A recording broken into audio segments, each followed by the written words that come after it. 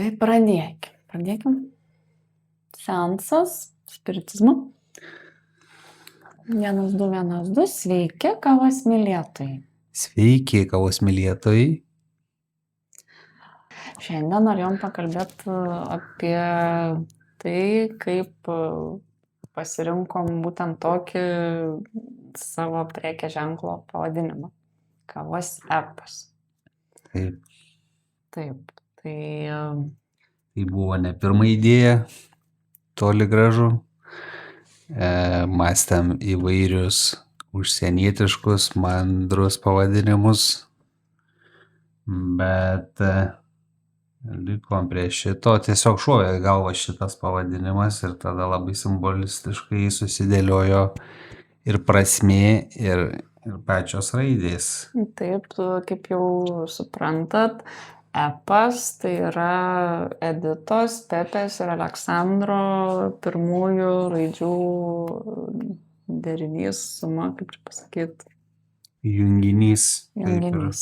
Ir kaip Aleksandras sako, kad kai mąstam tuos visokius pavadinimus, pradžioje atrodė, kaip ir turėjom vieną variantą, bet pradėjom ieškoti, kad tokio pavadinimo jau daug pasaulyje, tai nesinorėjo būti neoriginaliem.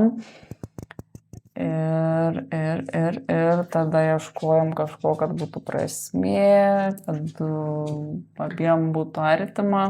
Taip, lietuviškas pavadinimas irgi iš pradžių skeptiškiau žiūrėjom, bet kadangi prekiaujam ir planuojam prekiauti lietuviam, tai gan tiesiog logiška.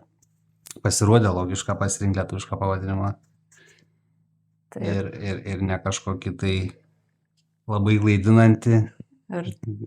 Trumpa, aišku, ir labai atspindinti mūsų dabartinę ir turbūt ir tolimesnę situaciją, kad leidžiamės į kelionę tiek patys, įkuriam savo tą epą istoriją, tiek kartu ir jūs visus vedamės. Taip, į kelionę ne tik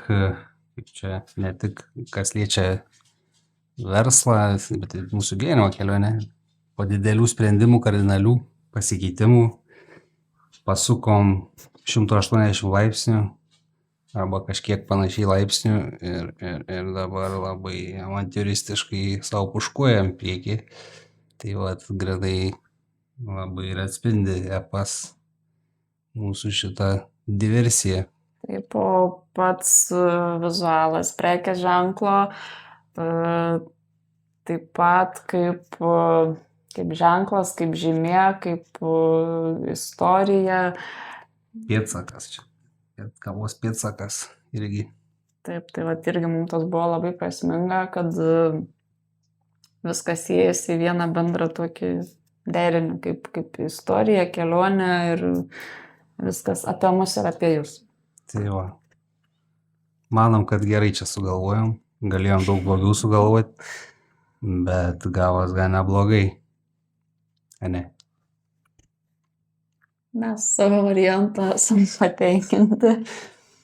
Tikimės, kad ir žmonėm, jum, pirkėjam, draugam, aplinkos ir neaplinkos žmonėm pavadinimas lengvai įsimenamas ir tikimės vieną dieną, kad visi apie mus kalbės, o kavos epas ir kad visiems būsim reikalingi. Tai tiek, ačiū, kad susirinkot. Konferenciją baigiam. Iš aktų salės reikės pasišalinti pro galinį šeimą. Kava dešinėje. Tai va, tiek žinių. Ačiū, kad skyrėt laiko. Viso gero. Čius.